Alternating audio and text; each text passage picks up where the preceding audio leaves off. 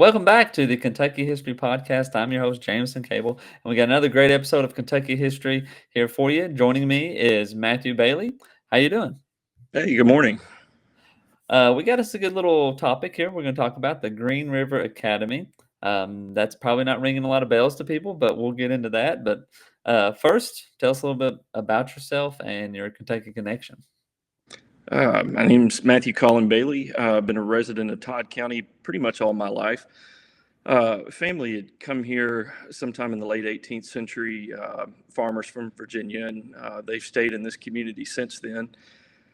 Insofar as Western Kentucky is concerned, for the most part, the western portion of the state doesn't necessarily have the spotlight on it as frequently as maybe Central Kentucky does, but there are some things here to be very proud of.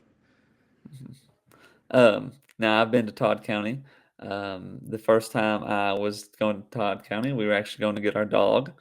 And, I guess it was the Western Parkway.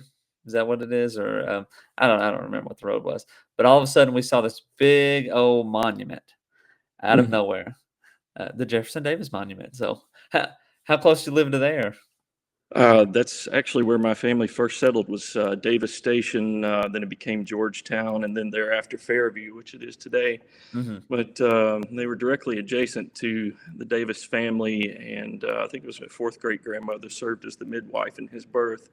Oh, wow. When he came back to Fairview later in his life, I believe he came in on the train to Hopkinsville, and they carried him out to Fairview to take a look at his boyhood home. They had Hirsch sitting in the bedroom in that little log cabin. He walked into the room and they said, "Mr. Davis, this is the woman who was the midwife in your birth." And he said, "Ma'am, I'm sure you have a far better recollection of it than I do." That's pretty good. Yeah. Wow, that is a pretty. We did not expect to have that big of a Kentucky history connection here. Pretty cool. We can talk about that on another more about that on another episode maybe. So what is the Green River Academy, and where does it stand in Kentucky history? Green River Academy really got its start in the very early 19th century in Western Kentucky, and a lot of that story begins, of course, in the small town of Elkton. But Elkton was kind of uniquely positioned in the state because of the people who were coming here in the early days. Major John Gray was a major land speculator in Western Kentucky. He created a series of stagecoach lines that went primarily through Guthrie. But he sought to build a home and a small project that he wanted to particularly see grow into a well-planned community. So, Elkton has always economically relied on agriculture. We're not close to any rivers. We're not close to any major transportation thoroughfares. But agriculture has always been key here. So as he was trying to inspire settlers to come to Elkton, they all realized, including Gray, and the small amount of people that he was able to attract early on with inexpensive land and land grants that were issued to planners that were interested in locating in the Green River region, just south of the Green River. And of course, that's where the academy gets its name. It's from this region, being the Green River region, despite the fact that we're miles and miles away from the Green River.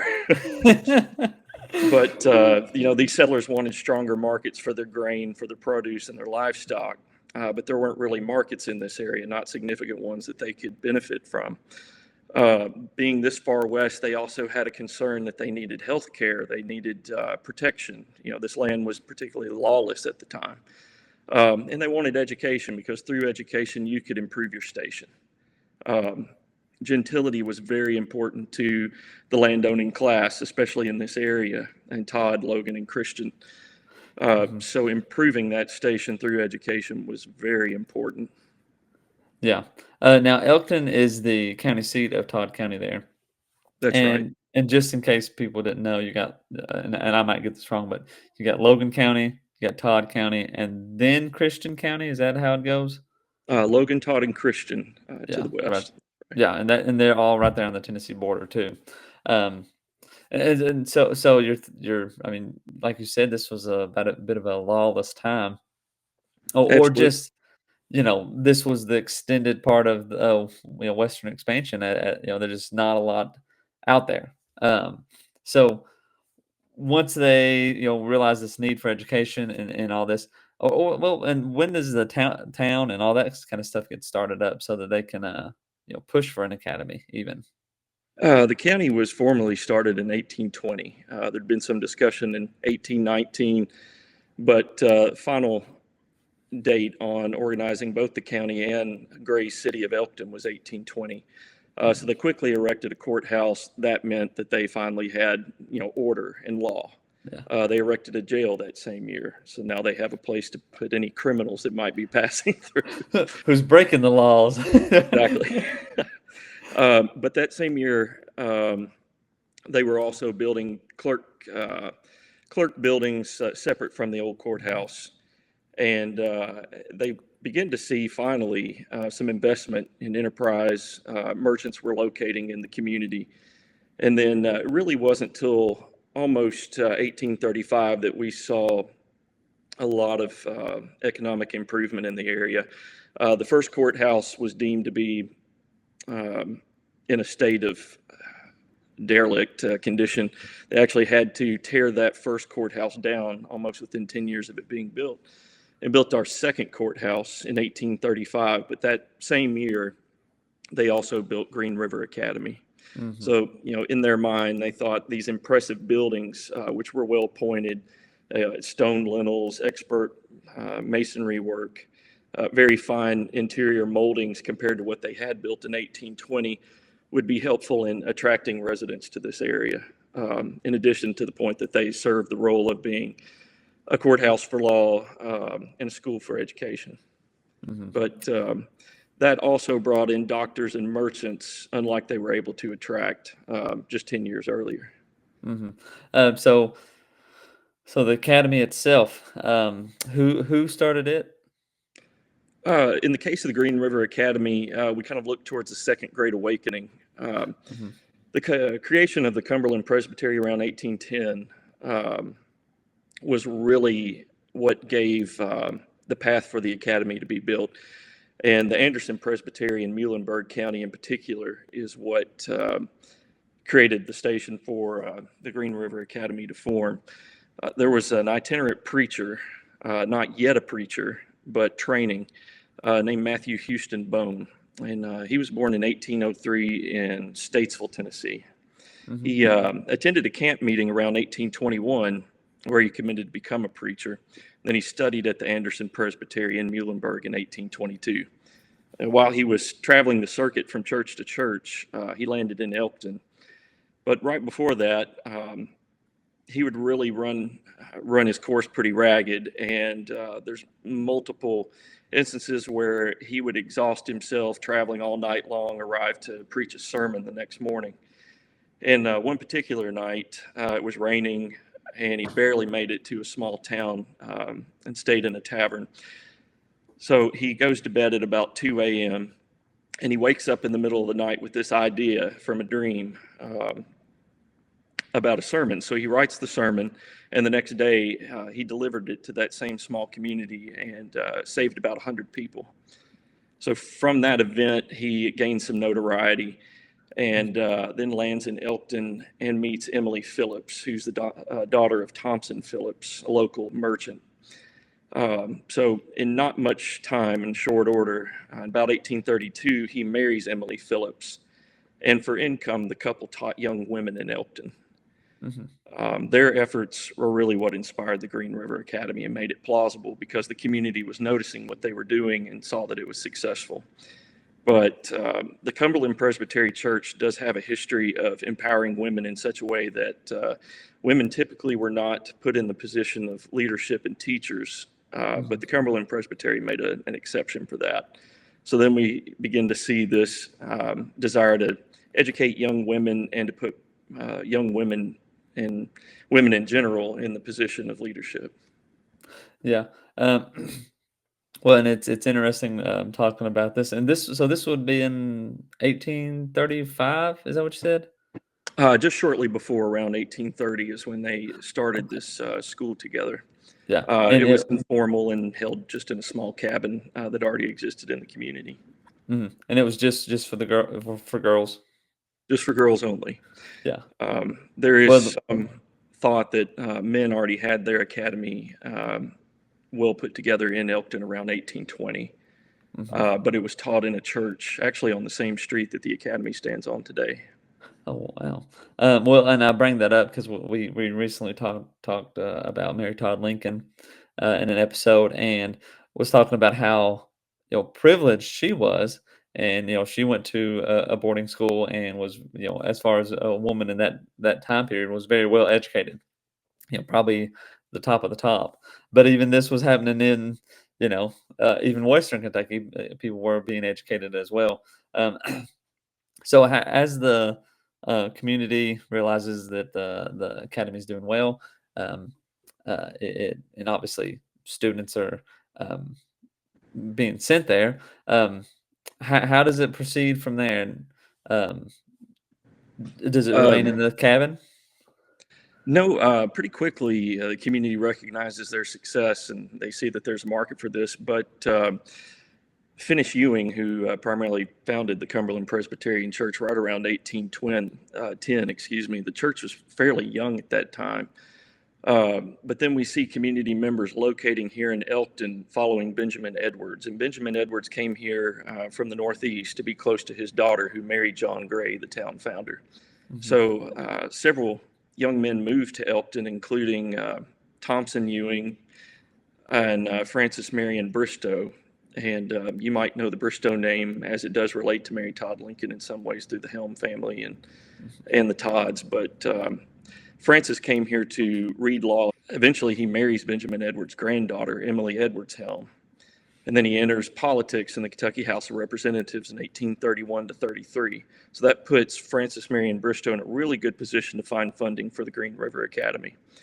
And in fact, that's exactly what he does. He goes to the legislature and asks for $5,000 as seed money for the school, and then they appeal to the local community to raise the remainder of funds through stock. Hmm. And that's quite a bit of money, 5,000 for that time of year. Um, well, and well, it's always interesting how these connections start to connect with the Helms and the Todds and all that. Now, as the school, I don't want to skip too far ahead. How long does the school operate for? For a period of almost 60 years, from 1835, and then, of course, goes through multiple changes that alter the context and the curricula, even the gender of who attends the school. By Hmm. 1853, they can see that there's opportunity to then also educate young men. The school is to the point where it has such notoriety for the work that's being done, the type of students that are coming out of the project, that they're able to then attract young men. And Hmm. the school enlarges almost overnight to double its size. So they build additional outbuildings, including additional classrooms, support buildings, as you would imagine, almost self-sustainable, not without the help of the local community. But they also have gardens, um, smoke houses, anything that almost a working farm would need at that time to provide food and additional comforts for the students and teachers. Now, is it becoming more of a boarding school, or still just you come and you go home? There is record of it being boarding school. In fact, early on, their main appeal was to planters in the South. At that time, at least according to records, there was the notion that yellow fever spreading throughout the South in the hotter summer months that could be avoided by sending family members. In fact, entire families would sometimes uproot and move to the north for those summer months to escape yellow fever in the deep South. So we have records of young girls attending from Louisiana and Mississippi, possibly to escape, yellow fever at that time. Yeah, well, I But don't know. I don't believe they're accurate because a few weeks ago, we went to Florida, and it was hotter in Kentucky than it was in I Florida. agree. It's been a particularly wet summer. I think the environment's just right. But it's interesting about that same time, they also put out advertisements that we readily and easily can find in a lot of our newspapers. But one in particular describes the academy and says it's in a pleasant location. It's decidedly healthy. The institution has been in operation for 21 years, and not a single pupil has died at the academy. So they thought that to be a pretty God. pretty good talking point, I suppose. What's happening in all these other academies that people are dying at? You wonder. Oh gosh. Um, what about content-wise? I mean, it's nothing like it is today, I know, but we're looking at different languages, that kind of stuff. Yeah, to put What it was into taught? context, an academy, is a school, but it's not in any way in the same type of school system that we have today. If I had to guess and say that it emulated any of the structure we have today, it might be 10th through the 12th grade, but also the first few years of college. Mhm. So there was a lot of transition around this time in academies and seminaries and just what was technically called a school or a grade school. Mhm. But the academy was more for refinement, and there really were two types of schools in that time period. One was phasing out, and that was the French school. Those might be subjects that are more ornamental, like sewing and painting and decorative arts, which aren't lesser subjects to this society. They're just a different type of subject that typically in France and in European countries would put students, especially young women, in a good position to work in china painting shops, tapestry, weaving, that sort of thing. But in America, we were slowly starting to transition away from the ornamentals into the classics. And the South was really, you'd say progressive, that's probably not the right word to use, but it was ahead of its time and well beyond the North in instituting algebra, astronomy, trigonometry, botany, and philosophy. Greek and Latin were both taught at Green River Academy, and those seem to be pretty advanced subjects for that time period, especially in a school that wasn't technically a college or a university. Mhm. Yeah, those sounds like those sound like pretty tough subjects. And, and not only not a college or university, but out in Western Kentucky. I mean, this is still not settled, but not in the extent you would say um, of say Lexington and Louisville. These bigger towns and cities in the area. I mean, I guess Nashville is probably. I mean, I don't know nothing about Nashville's history, uh, but I would think it's probably the closest big city to it. Maybe, I mean, Paducah might be Mm-hmm. building up a little bit. Nashville is our main center of attention. It's 60 miles as the crow flies, Mhm, and for the most part, that relationship with Nashville is also in some ways what ended the academy um, as the school began to shut down just due to the public school system coming in play, but also a focus on training in advance of university by the Vanderbilt Training School mhm, and Vanderbilt University. The university desired to put these satellite schools out in rural communities, and Elkton was the choice for one of the training schools. And one of our governors attended school there, but it also attracted a lot of these students that normally would have gone to Green River Academy, would have matriculated there. Instead, Vanderbilt Training School, of course, had the Vanderbilt University Association, so that was seen as something desirable, but also just the resources they had at that time compared to a school which at this point is well over 50 years old and a bit dated, mhm, was the main attraction. But jumping back to the curriculum real quick, it's important probably to say that the Green River Academy could be seen today as very progressive for its role in teaching subjects to young women that were equal to that of men. mhm, Um, in the North, they lampooned the idea of a female academy, often saying, in newspaper articles that what are they going to teach these young girls? Classes in sewing, gossip and dressmaking, which is very offensive to us Yeah, today. yeah. But in the South, it was seen as a mark of gentility, which the North saw as elitist and kind of a decadent imitation of British society. Mhm. So that actually puts these female academies in much greater stead to accomplish more. In fact, one of the first female academies, located in Macon, Georgia, um, and we're teaching these advanced subjects. So it wasn't necessarily being progressive, but it was being part of a society that was hierarchical and Mhm, socially mhm. sought to, improve the position of these women. Yeah. Were there any, notable graduates or, attendees of the school that, um, people might know or that you know of? Absolutely. One of our nation's Supreme Court justices attended school there in the late 19th century. He was enrolled under the tutelage of Major Crumbaugh. Crumbaugh had a very staunch stance on personal moral discipline and a rigorous academic experience. And it's through him that a lot of our notable students, arrive on the scene. But the most notable is certainly the Supreme Court justice, and you know, he was for quite a while a member of the United States Supreme Court, but he made quite a reputation for himself. He started out under Theodore Roosevelt as the Assistant Attorney General.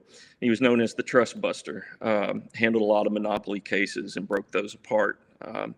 But then thereafter was appointed by Woodrow Wilson to the Supreme Court. He's known for his fierce opposition to the New Deal, and he was called intolerably rude, savagely sarcastic, reactionary, and accused of being prejudiced. But there's this flip side to the Supreme Court justice, where in his personal life, he's very kind, extremely charitable to the court's pages. He would take them to the circus every year, buy them lunch on regular occasion, and he adopted 33 victims of the London bombing, in Oh, addition wow. to leaving thousands and thousands of dollars to children's hospitals and black schools. But there again, no court member attended his funeral, and he died alone in the hospital. Oh, wow. Wow. So, Hmm. Who was um, it? What was his name? Supreme Court Justice James Clark McReynolds. Okay. Wow. Wow, that is pretty, pretty telling, pretty interesting, connection. Man, yeah, nobody giving him any credibility at the end. Ugh, Not rough. necessarily, but other students. There was a French teacher who had a daughter at the academy. So some of these teachers were actually living in the building. And that daughter, who was a student at the academy, went on to produce music in Chicago. She has several records available today, Hannah Creel. But her life became more exciting after she left, of course, through inheriting a French chateau. So she lives the rest of her life in France, Wow. inheriting this French chateau from her aunt. And we have folks reach out to us all the time, genealogists, people looking into their own ancestors, and they see some connection to Green River Academy. So we're still learning every day, Mhm. who our students were and more about their lives. But probably one of the most notable things to have happened at the academy that we've recently discovered was in the 1930s, I believe through the Works Progress Administration, they interviewed formerly enslaved people. Mhm. And one of these accounts was of a young woman who was enslaved in Elkton. We don't know her tie to the academy, and it's not believed at this point that the academy engaged in slavery.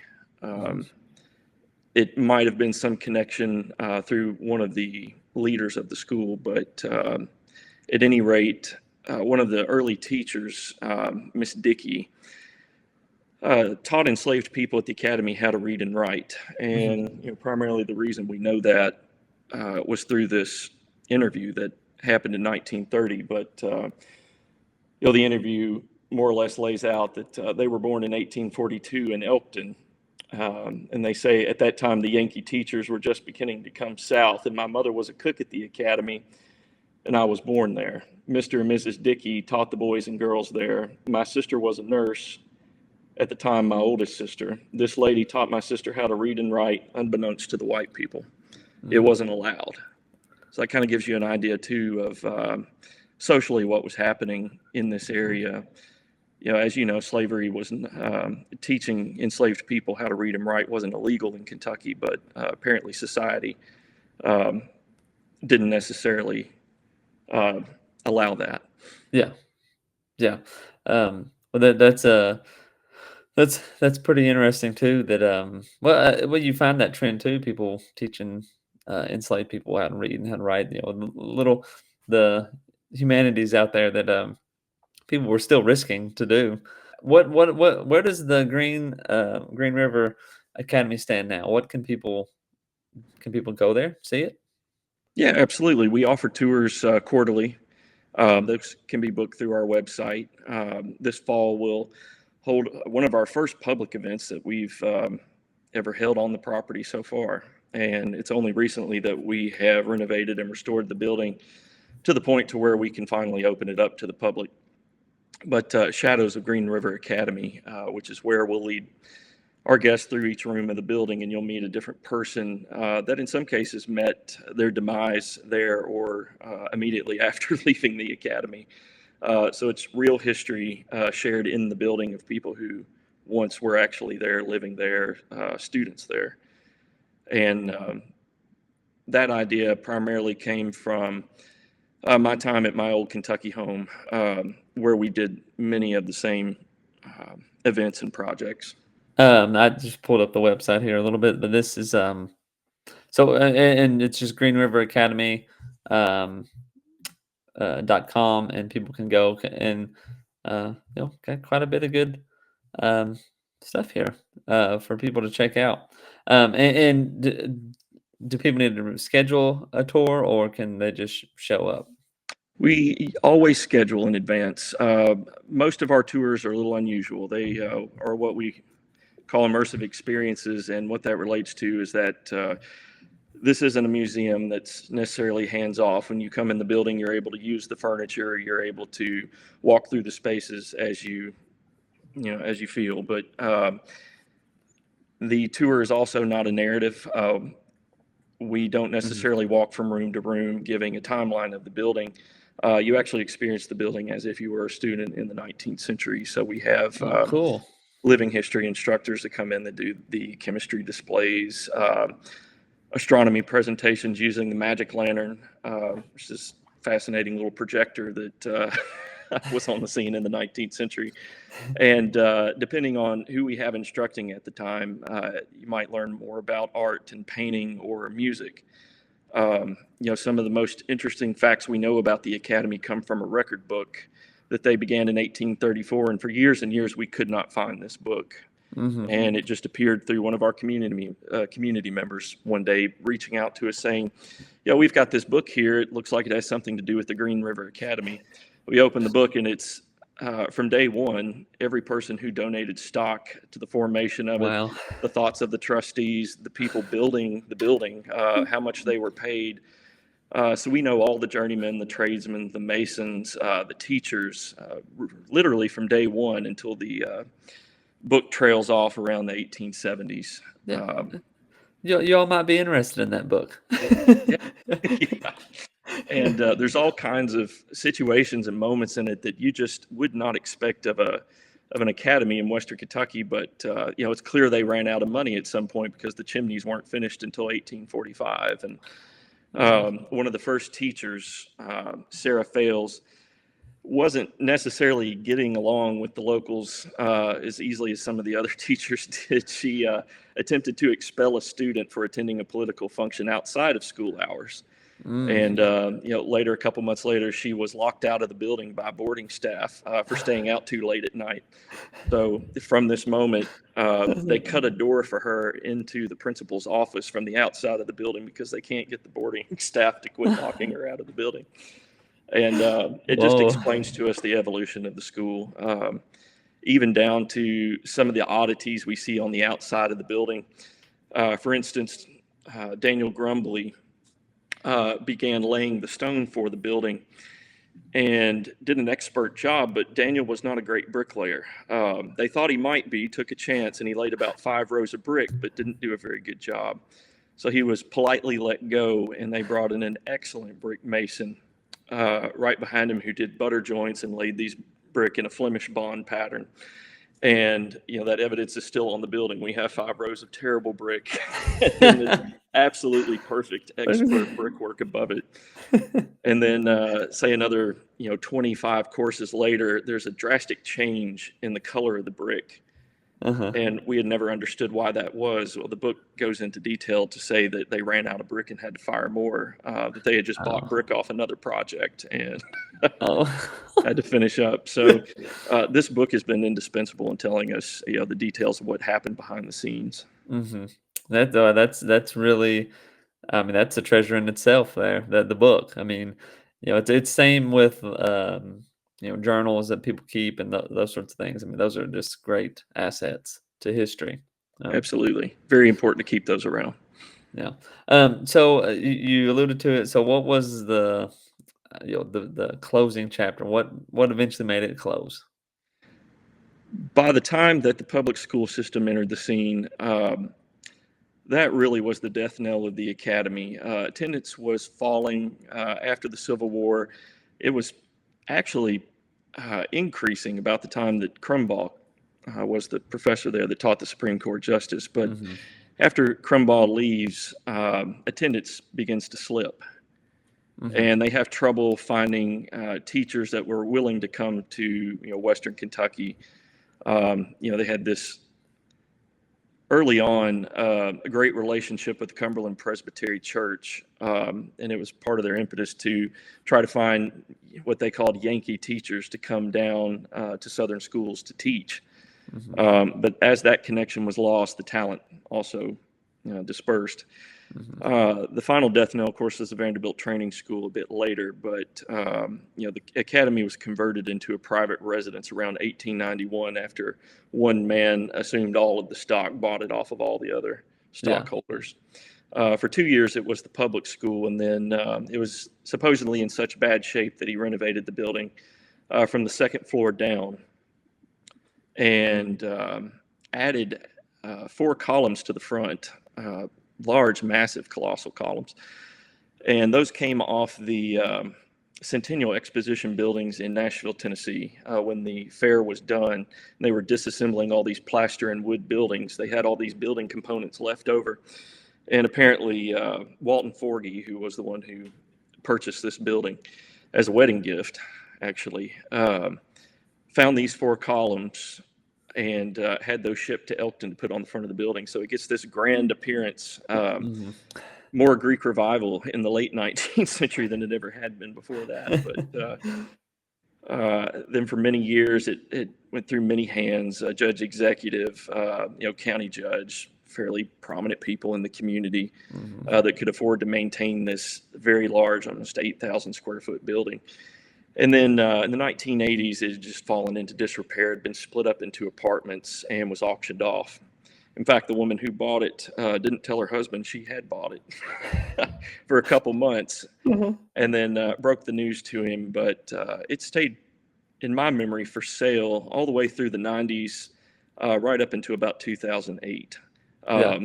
It had renters inside in the back kitchen wing for the longest time. And I remember riding the bus home from school one day and saw someone digging out the hitching post from the front of the building that had been there since probably 1835. Yeah.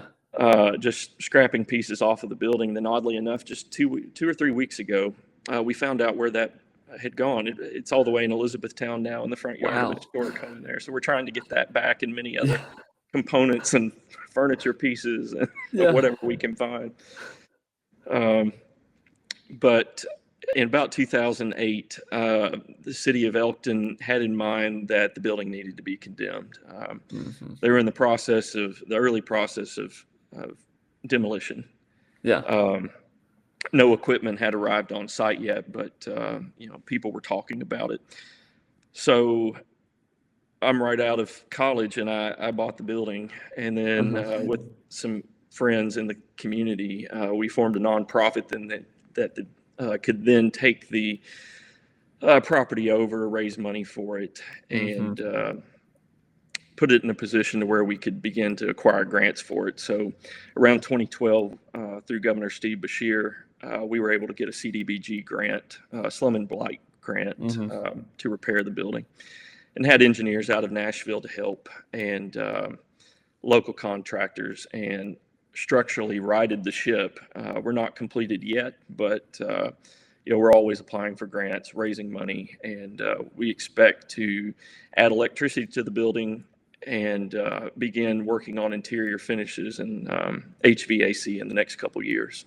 Nice. Awesome. Well, I mean, that's a hats off to you all for making that investment into local history, because that happens so often, and it's almost the same time frame. These old buildings around 1900s, they become apartments. People start living in them or whatever, and then there's this slow decline till about the 80s and 90s, and then somebody, or at some point somebody, steps in and takes it over and really starts putting work into it and restoring these buildings. So I mean, that's great that you all did that. So what can people do to help support and help you all out in any ways? If anyone has an ancestor or some connection to the Green River Academy, we want to know about it, because our story's not over. We find interesting information about this project every week, every month, that in some ways can change our story or improve it. And of course, any donations are appreciated, whether in the form of objects, if they have a tie to the Academy, if they help us with our interpretation. Monetary donations, of course, are always appreciated. Yeah.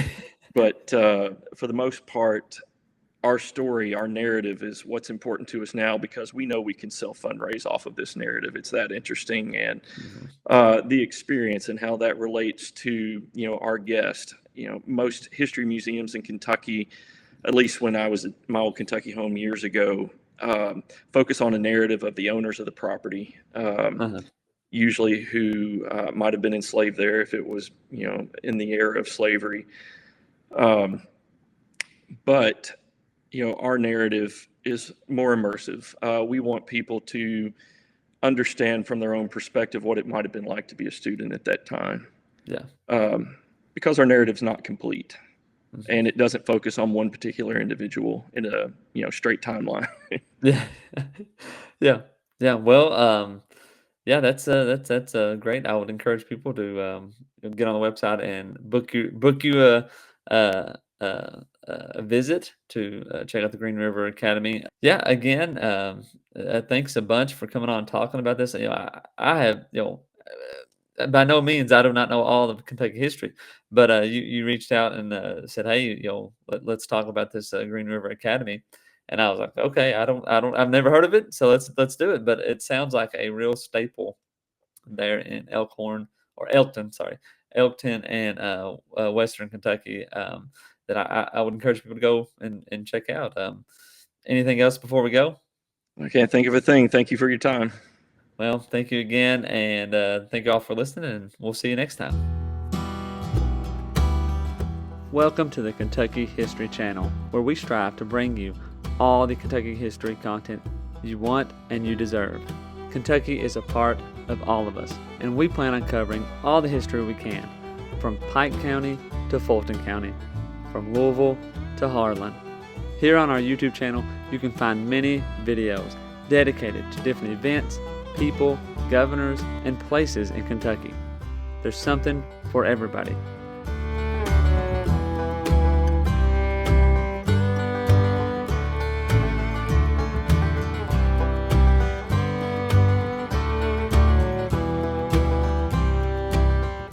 While you're here, if you like the channel, hit the subscribe button and the notification button so you get notified anytime new Kentucky history is available.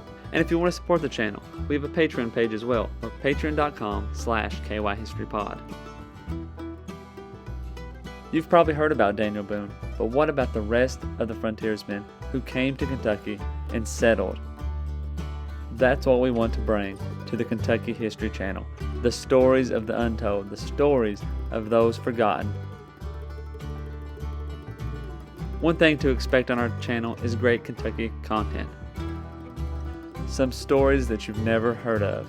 The Night Riders, who began in western Kentucky.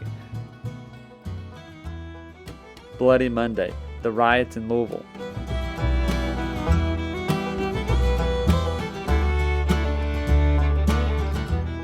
The assassination of Governor Goebel, the only governor ever assassinated in the United States. Stories from all over Kentucky, stories that are unforgettable once you've heard them. You can find out who counties in Kentucky are named after and how your county got started. From beginning to end, we plan to document every county in Kentucky, all 120. Reach out to us on all of our social media platforms, Twitter, Facebook, and Instagram, and also leave a comment on one of our YouTube videos. You can also check out our podcast episodes. You can subscribe to our podcast on Apple Podcasts, Spotify, iHeartRadio, and many more.